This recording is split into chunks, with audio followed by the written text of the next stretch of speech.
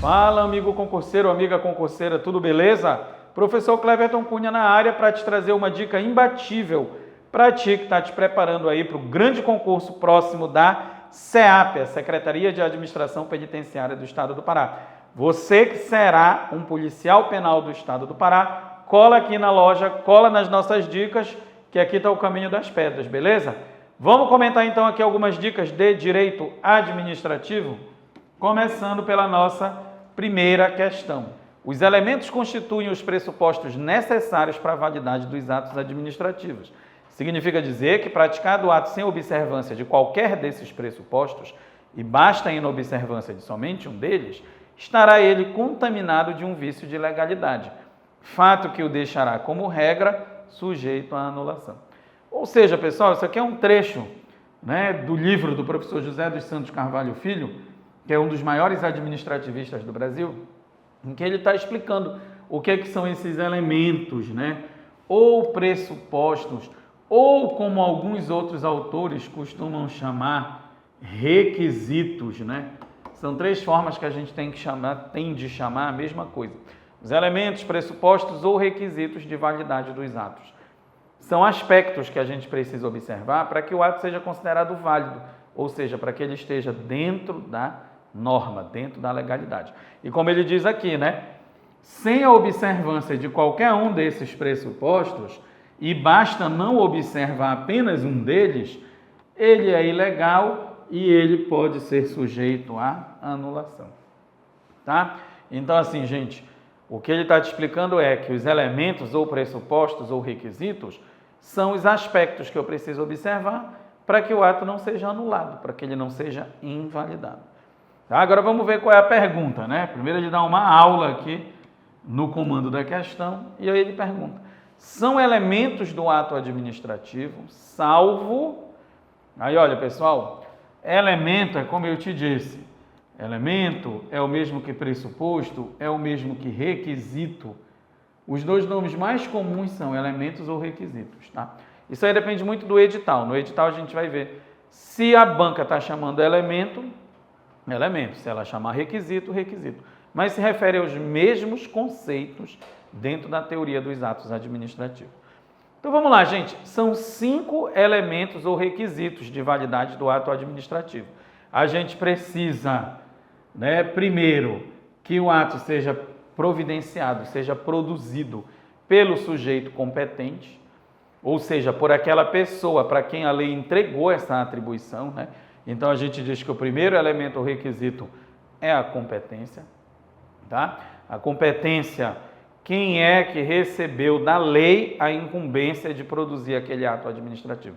Por exemplo, pessoal, se tu és um agente de trânsito, tu tens competência para produzir um auto de infração. Mas se tu és um policial penal, tu tens competência para produzir um auto de infração de alguém que está estacionado no local proibido? Não. Então, se tu produzires esse ato administrativo, o auto de infração, ele vai ter um vício porque ele não observou ao requisito ou ao elemento da competência. Tá? Aí a gente precisa também observar o requisito da finalidade. A finalidade, gente, já diz respeito ao objetivo que eu tenho quando eu pratico aquele ato. O ato só é válido quando ele foi praticado para alcançar, para atingir um objetivo determinado. E esse objetivo, que a gente chama de finalidade, está previsto na legislação. Então, vou pegar o mesmo exemplo. Por que o agente de trânsito multou o indivíduo? Foi como uma forma de perseguição ou foi porque realmente ele, tendo cometido a infração, precisaria ser punido para evitar, para desestimular a pessoa de cometer a mesma infração? Certo? Então, se não, em vez de eu estar produzindo o ato com a tentativa de punir, desencorajar o cara de agir de maneira errada, eu estou produzindo aquele ato como uma finalidade de perseguição, de intimidação, eu não obedeci à finalidade do ato. Então, a finalidade é o resultado final que eu quero alcançar com a prática do ato.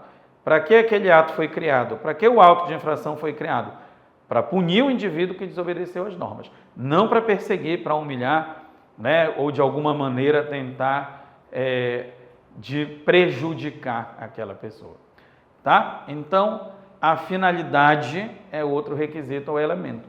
Aí a gente tem a forma, porque na administração pública tudo é muito formal, né? A gente precisa de uma certa formalidade para que a gente possa garantir, né, que os processos, os procedimentos, os documentos, os atos sejam produzidos de maneira uniforme, que a gente saiba que foi a administração que produziu aquilo. Imagine se as coisas na administração fossem informais.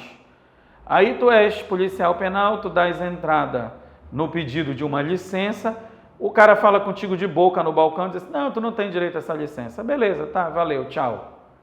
Não é assim que funciona. Aquela manifestação dele indeferindo o teu pedido tem que estar formalizado, escrito num ato, num despacho, né, justificado, assinado, datado. As manifestações, os atos administrativos, eles devem ser formais. Eles precisam obedecer à forma, né? Aí a gente tem também o motivo, né? O motivo simboliza a razão pela qual eu agi. Então, por exemplo, por que o indivíduo foi multado? Porque ele avançou o sinal vermelho, tal dia, tal hora e tal lugar. Então, os fundamentos de fato e de direito que justificaram a prática do ato, a gente chama de motivo. Então, qual o motivo da aplicação da multa? Estacionamento no lugar proibido ou avanço de sinal vermelho, naquele dia, naquela hora, naquele local, cometeu uma infração de trânsito, segundo a lei número tal, o inciso tal. Então, quando a gente fala o que aconteceu, por que a administração produziu aquele ato, a gente está falando do motivo. Tá? E por fim, para o ato ser válido, ele precisa ter um objeto, né, lícito, possível, certo e moral. O que é o objeto? O objeto é o recheio do ato, né? Eu costumo dizer assim, enquanto a forma é a casca, o objeto é o recheio.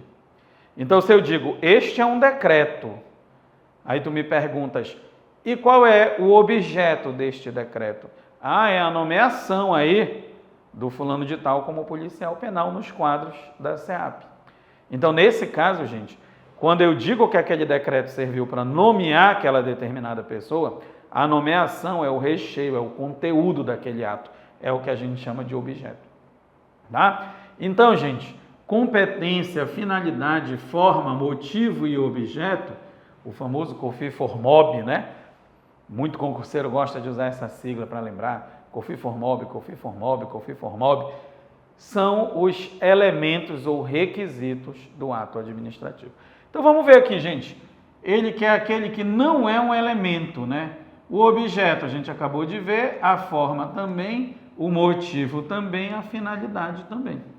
Então tá aqui, né? Só faltou aqui a competência para formar aqui a nossa sigla, o COFI-FORMOB. Então, objeto, forma, motivo e finalidade. Imperatividade. Imperatividade não é um elemento ou requisito do ato administrativo. Os requisitos são competência, forma, objeto, motivo e finalidade. Os atributos é que incluem a chamada imperatividade, né? Então, o que é o atributo? O atributo é uma característica. Os atos administrativos são atos regidos pelo direito público. Eles são manifestações de vontade da administração pública. Então, isso significa dizer o quê? Significa dizer, gente, que eles têm características que o ato dos particulares não tem. Então, a administração pode, através de um ato administrativo, impor uma obrigação para o particular ou para um servidor. É isso que a gente chama de imperatividade, né?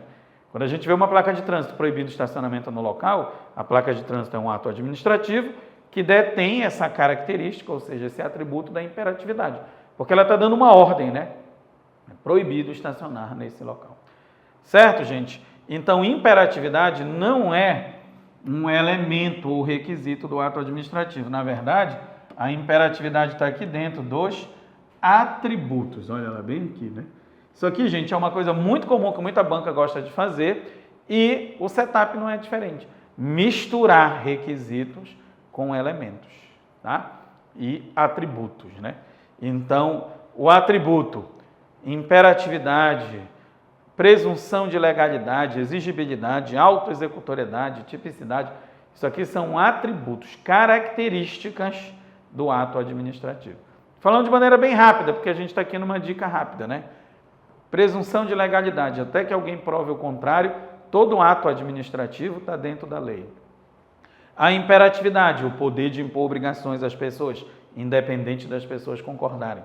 A exigibilidade, o poder de exigir o cumprimento das determinações, através de multas, apreensões, interdições.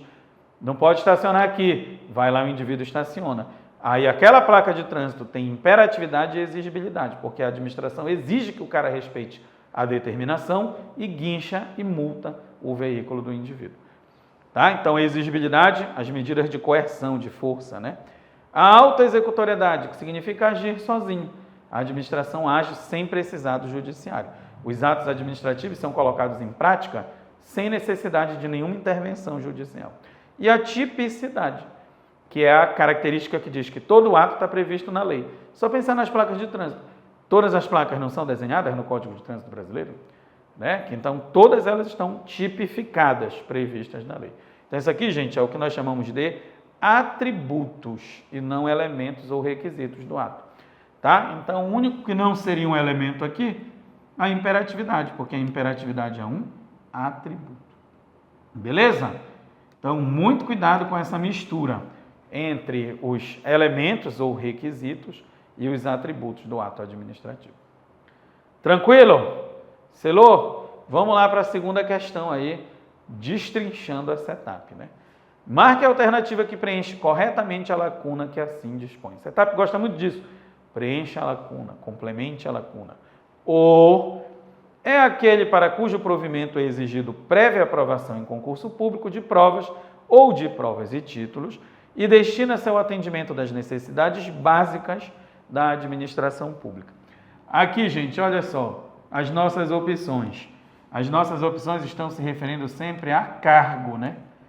Então, qual é o tipo de cargo para cujo provimento exige-se prévia aprovação no concurso público de provas ou provas e títulos?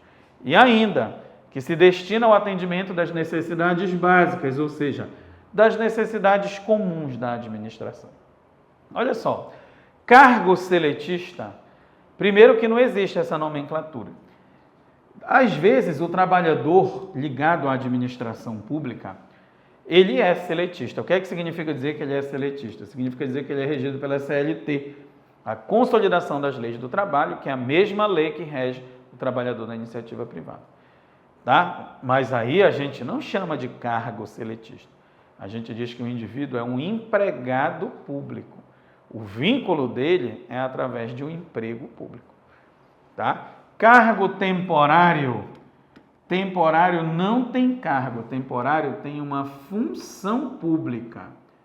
O temporário é aquele contratado em situações de excepcional interesse público por tempo determinado, né? Como no caso de uma pandemia, por exemplo, que a gente pode estar contratando os profissionais de saúde para ficarem na linha de frente do combate à pandemia. Então, aquele temporário, ele não tem um cargo, né? Ele tem uma função, ele está desempenhando uma função pública enquanto dura aquela necessidade. Tá? É um cargo estatutário? Poderia ser. Aí o que é esse estatutário? Estatuto.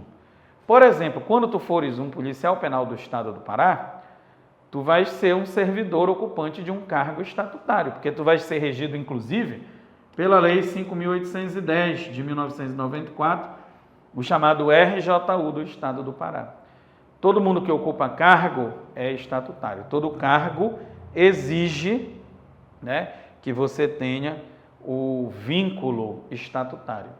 Tá? O que significa o estatutário?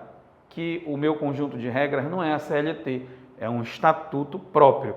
Nesse caso aqui, o RJU, o Regime Jurídico Único dos Servidores do Estado do Pará. Tá? Mas aí, gente, quando eu digo cargo estatutário, é uma coisa genérica. Porque realmente o cargo que exige prévia aprovação no concurso público, ele é um cargo estatutário. Mas nós temos dois tipos de cargos estatutários, que é justamente o cargo em comissão e o cargo efetivo, que são as duas outras alternativas. Só que o que foi que a gente viu aqui? Que exige-se prévia aprovação no concurso público. Então, cargo estatutário é o nome genérico, aí tem dois tipos, cargo em comissão, cargo efetivo. Se eu exijo aprovação no concurso público, Então, isso aqui é um cargo efetivo. Letra E. É o cargo efetivo. Por que não pode ser o cargo em comissão?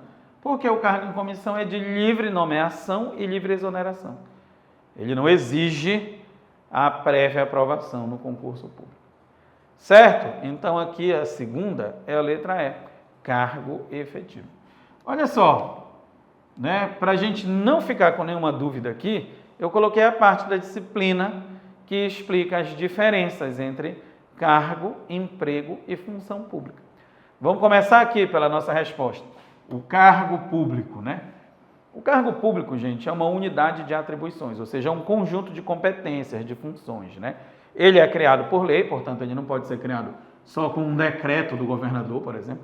Precisa, né, da iniciativa do governador junto com a Assembleia Legislativa do Estado. Isso eu estou falando no âmbito do Estado membro, né? No município, prefeito e Câmara, na União, presidente e Congresso, né?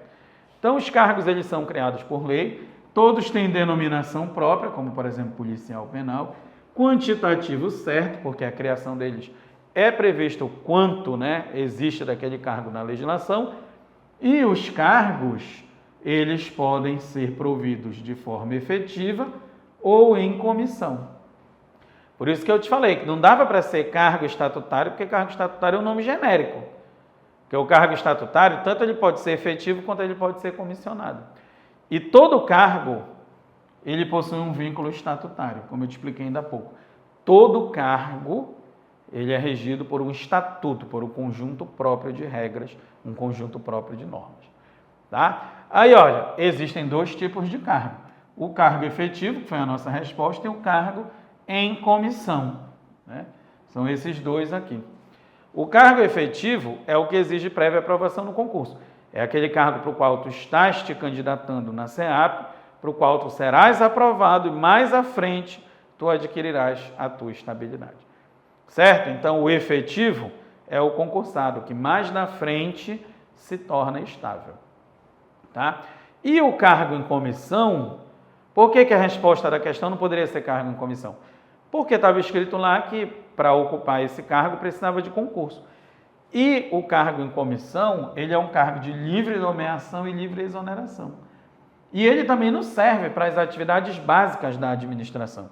O cargo em comissão, pessoal, ele é uma unidade exclusiva para essas atividades aqui. Olha, o cargo em comissão, ele só pode ser utilizado para atividades de chefia, direção e assessoramento.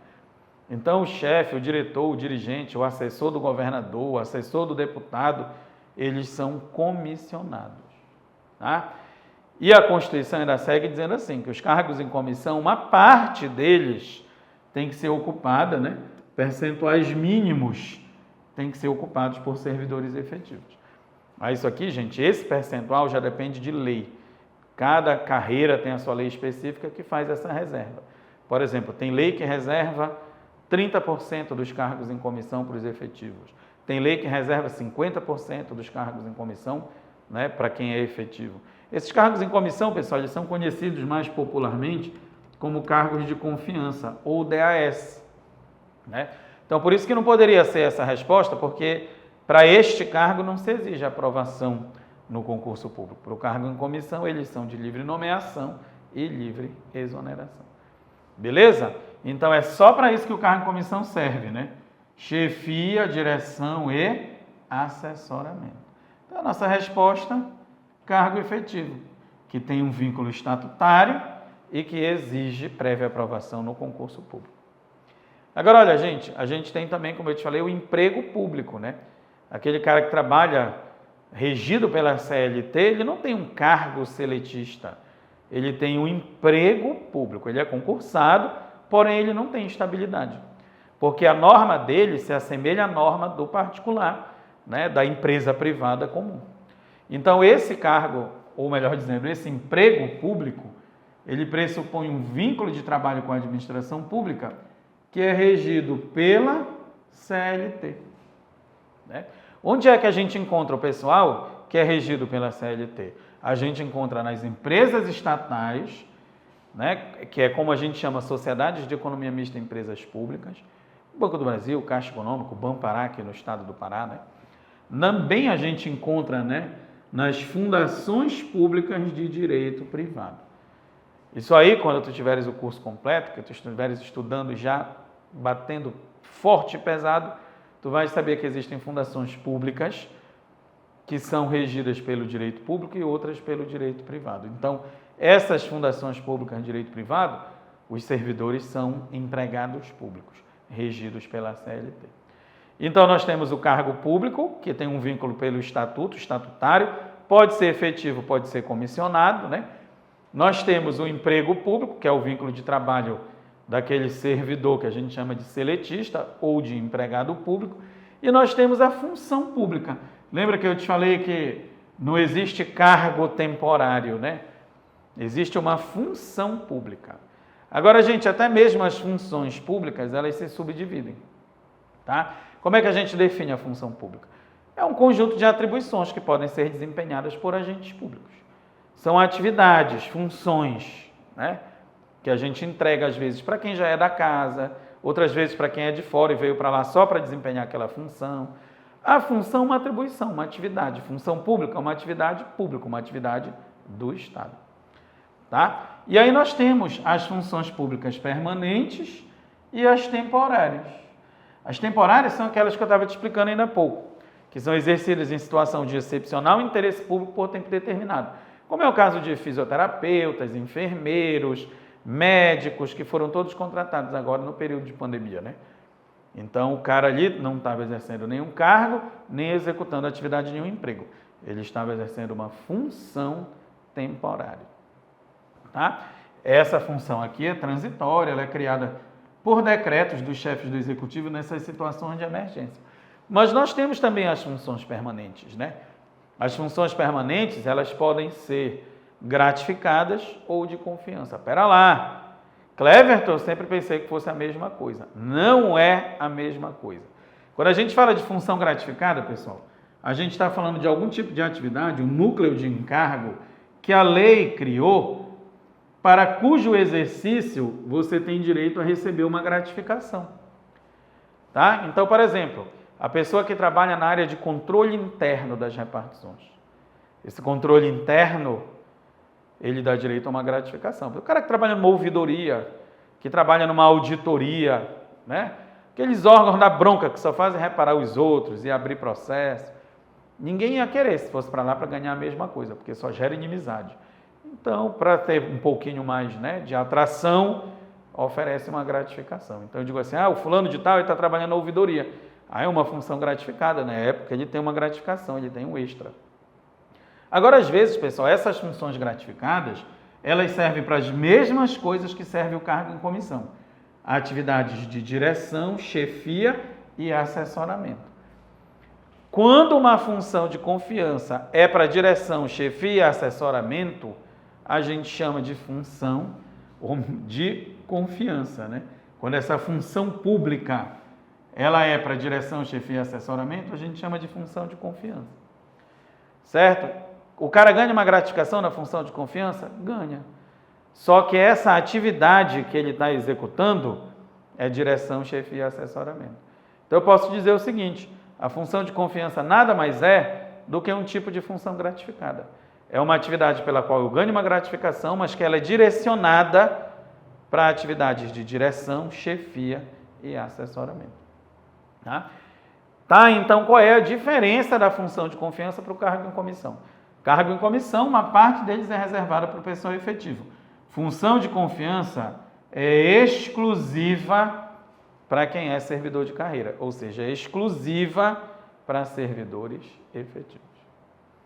Certo? Então, funções permanentes podem ser as gratificadas, uma atividade para a qual eu ganho uma gratificação, e quando essa atividade para a qual eu estou ganhando uma gratificação é de direção, chefia e assessoramento, a gente chama de função de confiança. Ficou parecido com cargo em comissão. Serve para a mesma coisa. A diferença, cargo em comissão, o cara que ocupa pode ser ou não servidor efetivo, a função de confiança ele sempre será um servidor efetivo. Beleza? Então, essa é a diferença das expressões cargo, emprego e função pública.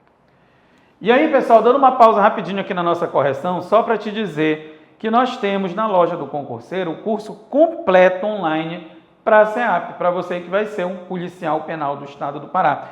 O valor de R$ 294, super facilitado a aquisição desse curso lá no nosso site, a forma de pagamento é bem facilitada.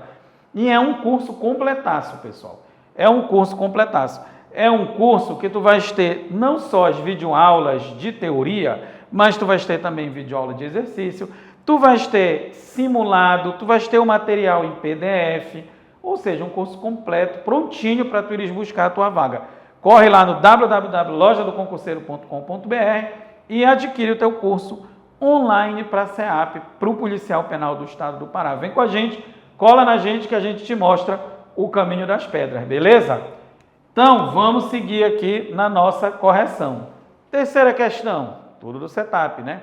Marque a alternativa incorreta a respeito da administração pública e dos servidores públicos na Constituição da República Federativa do Brasil.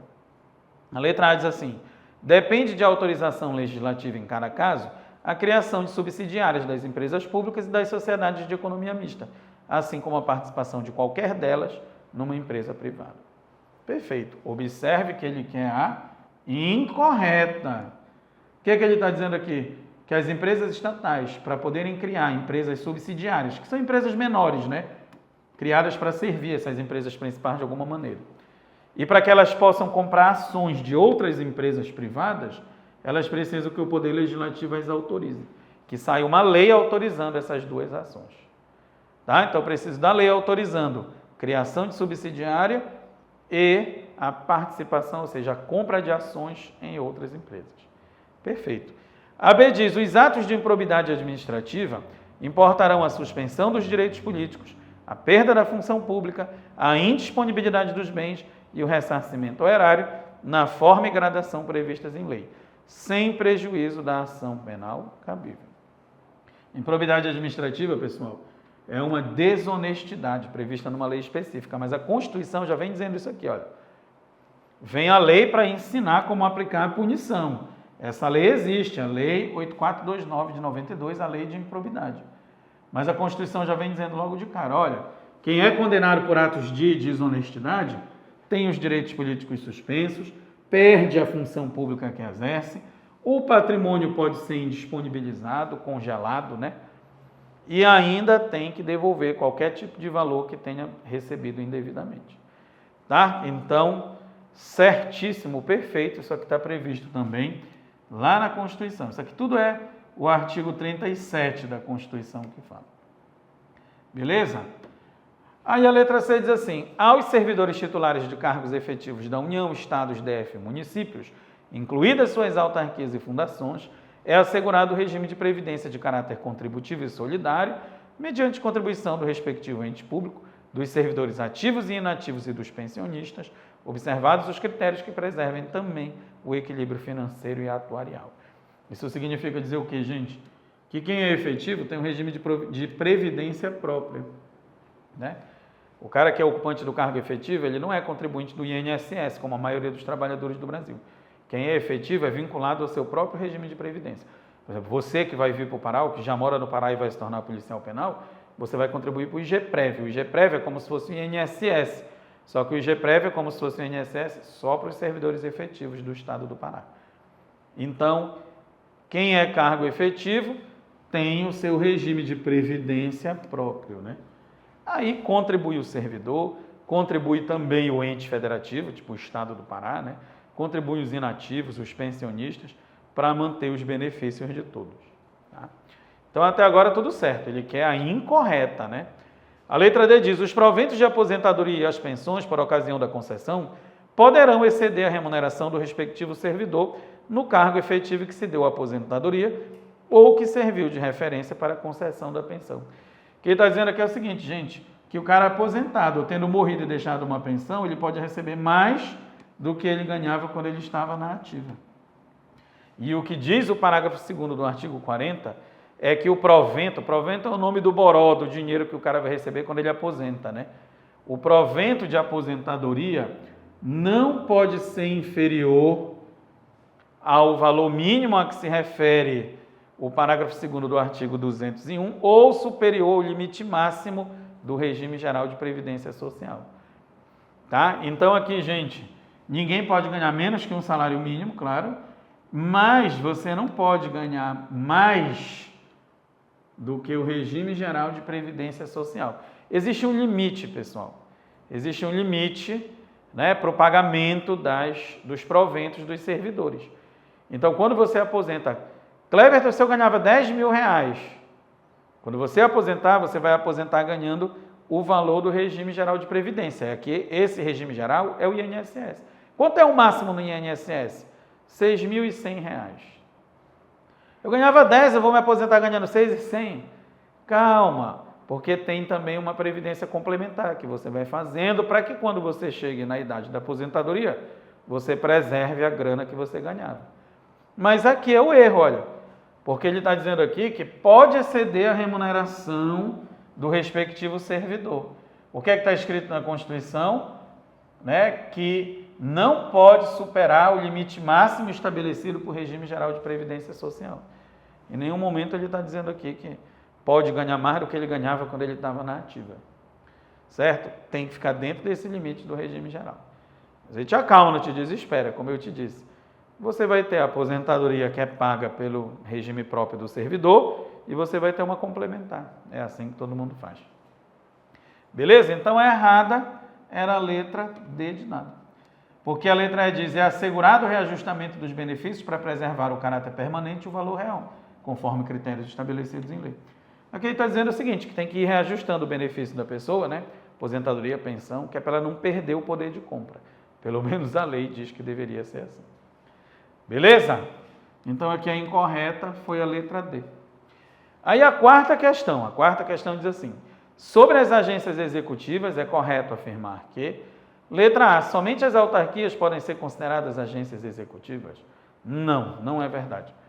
Aqui, gente, cabem as autarquias e cabem as fundações.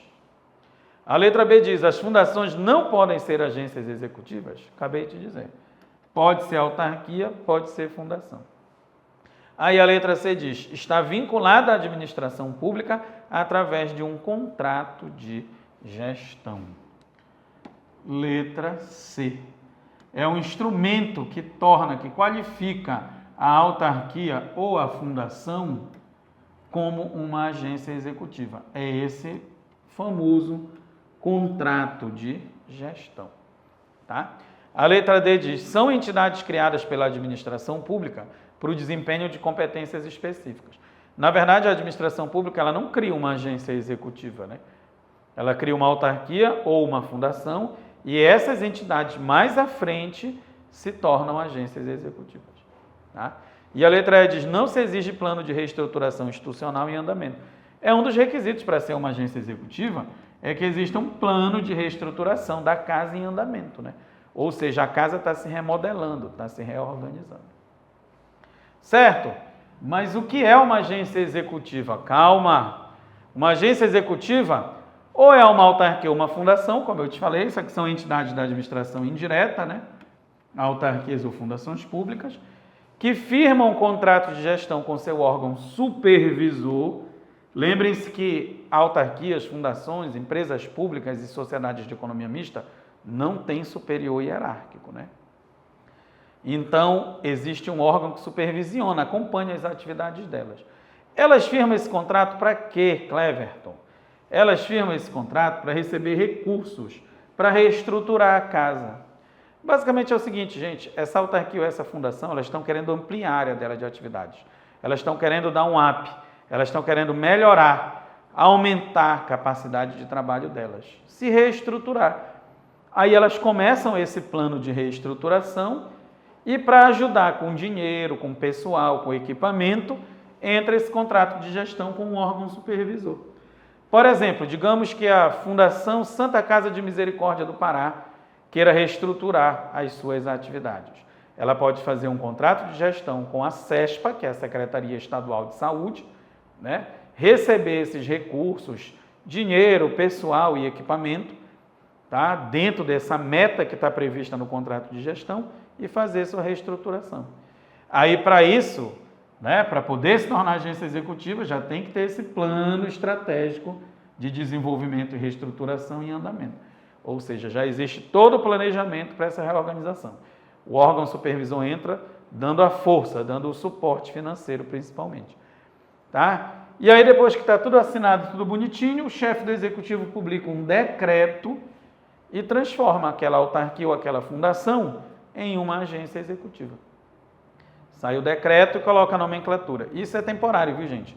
Essa autarquia, essa fundação, quando elas atingem a meta que está prevista lá no contrato de gestão, o contrato se encerra, alcançamos o objetivo, ela já está reorganizada, casa rearrumada de novo, ela volta à condição dela anterior, normal, natural. Beleza? Então é isso que é uma agência executiva. Certo? Aí mais a quinta questão, para depois tu não dizeres que eu venho aqui só vender meu peixe, né? Vamos resolver mais uma. Quinta questão. São membros da administração indireta, exceto Cleverton, muito fácil. Tom, muito fácil, que é como me chamam, Tom, mais fácil, prático, rápido e econômico. Tom tá muito fácil isso aí. Setup, pessoal. E é fácil para quem estuda. E para quem ainda não estudou isso, relaxa que vai ficar fácil também. Gente, a administração indireta é composta do que a gente chama de entidades públicas. Essas entidades são as autarquias, as empresas públicas, as sociedades de economia mista e as fundações públicas. Isso que é a administração indireta. Autarquia, Detran, empresa pública, Caixa Econômica, sociedade de economia mista, Banco do Brasil, fundações públicas, Fundação Santa Casa de Misericórdia, por exemplo. Então aqui só quem não é da administração indireta é a letra C, secretarias estaduais. Secretarias estaduais são, né, o que nós chamamos de órgãos públicos que integram a administração direta. Então, eu não sei o que é administração direta e indireta. Ainda tenho dúvida. Então, não te preocupa que eu te falo o que é. De maneira bem rápida e simplificada. Olha só. Imagina que o ente federativo, quem é o ente federativo? União, Estados, Distrito Federal e os municípios. Imagina esse ente federativo, que é uma PJ, uma pessoa jurídica, tá? E esse ente federativo, pessoa jurídica, ou seja, ele é capaz de processar e ser processado, assinar contrato, ele tem patrimônio, ele pode se meter nas relações de direitos e deveres. É isso que significa ser uma pessoa jurídica, tá? Nós, seres humanos, somos pessoas naturais ou pessoas físicas, como se costuma chamar, né? E algumas entidades criadas são pessoas jurídicas. E aí imagina que esse ente federativo, pode ser o Estado do Pará, por exemplo, tem competência na área da saúde, da educação, da segurança, do meio ambiente, da fazenda, do planejamento e assim por diante. É muita coisa, não dá para fazer tudo ao mesmo tempo dentro de um único departamento. Então o que é que esse ente federativo faz? O ente federativo ele desconcentra suas tarefas e cria o que a gente chama de órgãos públicos, né? Os órgãos públicos, pessoal, são como esses quadrados que eu desenhei aqui para ti dentro do ente federativo. Por exemplo, a SEAP, que é uma secretaria, Secretaria Estadual de Administração Penitenciária, é um desses quadrados aqui. São os órgãos públicos. E o conjunto dos órgãos públicos que existem dentro de um ente federativo, a gente chama de administração direta. É isso que é a administração direta, é o ente federativo e os órgãos públicos. Pensa comigo no seguinte, moram numa casa 4 pessoas, dentro da casa existem as tarefas da casa domésticas e essas tarefas são distribuídas entre essas pessoas. Seria mais ou menos isso a administração direta. Dentro da mesma casa, que é o ente federativo, a gente distribuiu as tarefas. Só que em vez da tarefa ser lavar roupa, lavar louça, cozinhar, né, varrer a casa, a tarefa é executar serviço de saúde, educação, segurança, meio ambiente, fazenda, administração e assim por diante. Então, o órgão público, como é o caso de uma secretaria, como a SEAP, ele é a administração direta. Agora, pessoal, e quem são aquelas entidades, né, que eu acabei de dizer lá na questão, que é a administração direta e indireta? Essas entidades, pessoal, são pessoas jurídicas criadas, olha, o ente federativo é uma pessoa jurídica. Dentro do ente federativo tem os órgãos públicos, né? Beleza. Só que às vezes o ente federativo ele resolve passar essa tarefa para uma outra pessoa jurídica. Ele não mantém mais aqui dentro dele a tarefa, né? Ele transferiu a tarefa para uma entidade pública. Qual é a diferença do órgão para a entidade? O órgão está aqui dentro de uma mesma pessoa, que é o ente federativo. A entidade é uma outra pessoa separada. Vou pegar aquele exemplo que eu tirei ainda agora. Um lava a louça, o outro varre a casa, o outro lava a roupa, o outro cozinha. Todo mundo dentro da mesma casa, né? Mas aí aquele que lava a roupa se revolta. Ei, muita roupa para eu lavar. Bora passar para uma lavadeira, bora passar para outra pessoa. Quando ele passa para outra pessoa, ele está criando uma execução indireta das tarefas. Então, assim mesmo o ente federativo faz. O Estado do Pará pensa, nós temos que gerenciar o sistema penitenciário, né? Como é que a gente vai fazer isso? A gente vai fazer daqui de dentro essa gestão, ou a gente vai criar uma pessoa específica para fazer essa gestão? Aí fica a critério, né, do ente federativo. Antigamente, quando existia a SUSIP era uma entidade pública, era uma autarquia. Mas aí o governo viu que não estava bacana esse modelo, extinguiu a SUSIP, trouxe de volta a SEAP, que é um órgão público daqui de dentro. Então, o que eu quero te mostrar, gente, é que as tarefas que são feitas aqui dentro, às vezes, são transferidas para outras pessoas, como é o caso do Detran, como é o caso da Santa Casa. E essas outras pessoas a gente chama de entidade pública, diferente do órgão, né? O órgão está aqui na administração direta, que nada mais é do que o ente federativo e todas as suas tarefas subdivididas, e a entidade pública está fora, é a chamada administração indireta, né? É um conjunto de pessoas jurídicas que o ente federativo criou para poder executar as tarefas dele, de maneira descentralizada. Tá? Então, parece o cara aqui que se revoltou, não queria mais lavar a roupa e passou para outra pessoa, para a lavadeira fazer o serviço. Às vezes o ente federativo faz isso. Ele pega uma tarefa que é dele, passa para uma outra pessoa que ele mesmo criou. Certo? Então é isso que é a administração direta. Os órgãos públicos do ente federativo e a indireta, as entidades públicas que esse ente federativo criou. Autarquias, fundações públicas, sociedades de economia mista e empresas públicas. Beleza? E aí, pessoal, antes de eu me despedir de vocês, fechando aqui com vocês, que vocês vão adquirir o curso online, R$ 294, pagamento mega facilitado lá no www.lojadoconcurseiro.com.br. Beleza? Vem com a gente, gente. É muito bacana esse curso, ele é realmente direcionado para o concurso de vocês. A gente tem as videoaulas de teoria e exercício, a gente tem simulado, vai ter um teste simulado para você fazer, né, a medição de como está esse grau aí, de como está essa preparação, e mais a apostila em PDF para você ficar acompanhando as explicações, beleza? Vem com a gente que está 294, isso é um investimento que você pode pagar de maneira facilitada. Corre lá no www.lojadoconcurseiro.com.br, vem com a gente garantir a tua aprovação, beleza? Chegando aqui ao fim da nossa dica, mas sempre dizendo, conte com a gente aqui no canal do YouTube, conte com a gente também na nossa plataforma online. É isso, gente? Um grande abraço, bons estudos e até a próxima.